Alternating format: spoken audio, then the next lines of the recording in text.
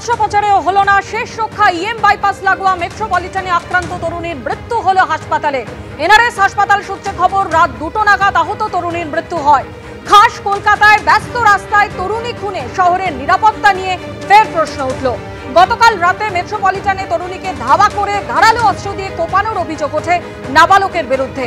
প্রত্যক্ষদর্শীরা জানিয়েছিলেন ছুরি দিয়ে তরুণীর হাতে এবং গলায় কোপানো হয়। গুরুতর জখম অবস্থায় তরুণীকে নিয়ে যাওয়া হয় এনআরএস হাসপাতালে। এমার্জেন্সি ওটিতে তরুণীর অস্ত্রোপচার হয়। চিকিৎসকদের অনুমান, অতিরিক্ত রক্তক্ষরণে তরুণীর মৃত্যু হয়েছে। মৃতদেহ ময়নাতদন্তে পাঠানো হয়েছে।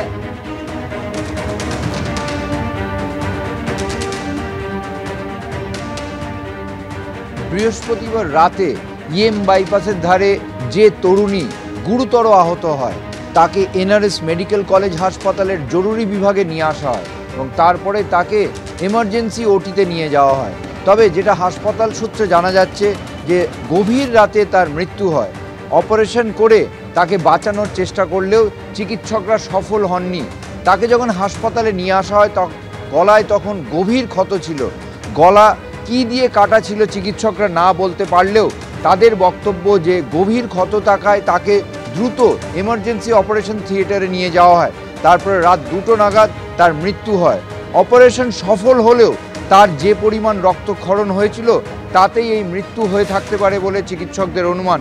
যদিও মৃত্যুর সঠিক কী কারণ সেটা জানতে ময়না তদন্ত করতে হবে এবং ইতিমধ্যে যেটা জানা যাচ্ছে হাসপাতাল সূত্রে, তার দেহ, এই যে 24 বছরের তরুণীর দেহ এনআরএস মেডিকেল কলেজ হাসপাতালের মর্গে রাখা হয়েছে এবং সেখানে আজকে অর্থাৎ শুক্রবার বিকেলে ময়নাতদন্ত হবে।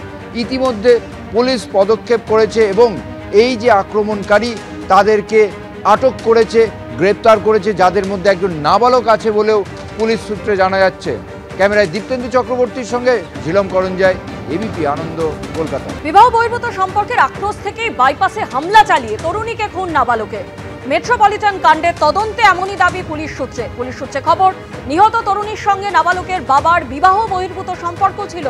বাইপাস ধাবার সামনে তার বাবা ওই তরুণীর সঙ্গে দেখা করার খবর পেয়ে মা ও পরিবারের এক সদস্যকে নিয়ে পৌঁছয় নাবালক। গাড়ির জিপিএস লোকেশন ট্র্যাক করে তা ফলো করে এসে হামলা, খবর পুলিশ সূত্রে। এই ঘটনায় নাবালক সহ 3 জনকে পাকড়াও করেছে পুলিশ।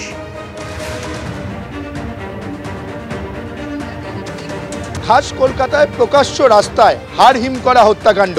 বাইপাসের ধারে যে জনপ্রিয় রেস্তোরাঁ তার ঠিক পাশের দোকানে যে চায়ের দোকান রয়েছে সেখানেই বাবার বান্ধবী খুন নাবালকের হাতে।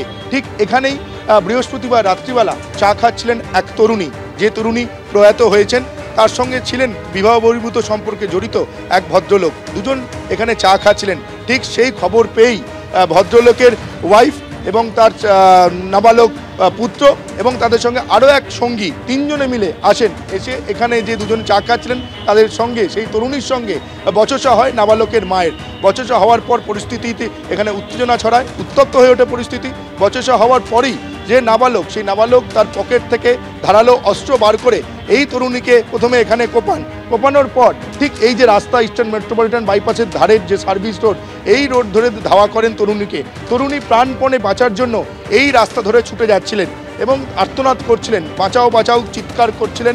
এই রাস্তা ধরে ছুটে যাচ্ছিলেন তরুণী। ঠিক সেই সময় সেই নাবালক তরুণীকে ধাওয়া করেন এবং তার সঙ্গে তার আরও এক সঙ্গী এবং তার মা 3 জন মিলে ধাওয়া করছিলেন তরুণীকে।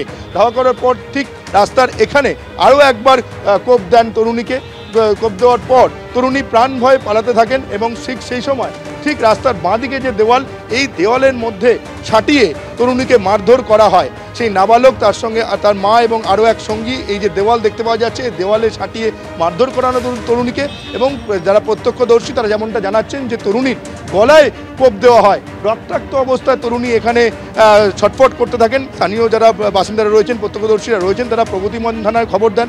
প্রগতি ময়দান থানার পুলিশ আধিকারিকরা ঘটনাস্থলে আসে, তদন্তে নেমেছে। তদন্তে নামার পর যেটা জানতে পেরেছে যে এই যে বাবার সঙ্গে বিবাহ বহির্ভূত সম্পর্কের জন্য আক্রোশের জেরেই সেই তরুণীকে নাবালক সহ 3 জন হত্যাকাণ্ড ঘটিয়েছে। কিন্তু এই ঘটনার পর নারী নিরাপত্তা নিয়ে প্রশ্ন উঠে গেছে যে ঠিক এই ইএম বাইপাসের পাশে যে সার্ভিস লেন জনপ্রিয় রেস্তোরাঁ, এখানে প্রত্যেক দিন সন্ধ্যেবেলায় প্রচুর মানুষের আনাগোনা হয় এবং গত বৃহস্পতিবার রাত্রিবেলাও এখানে প্রচুর মানুষের ভিড় ছিল। ঠিক জনবহুল এলাকাতে এরকম হাড় হিম করা হত্যাকাণ্ড, নারী নিরাপত্তা নিয়ে প্রশ্ন উঠে যাচ্ছে। ক্যামেরায় দীপ্ত চক্রবর্তীর সঙ্গে সৌমিত্র রায়, এবিপি আনন্দ, কলকাতা।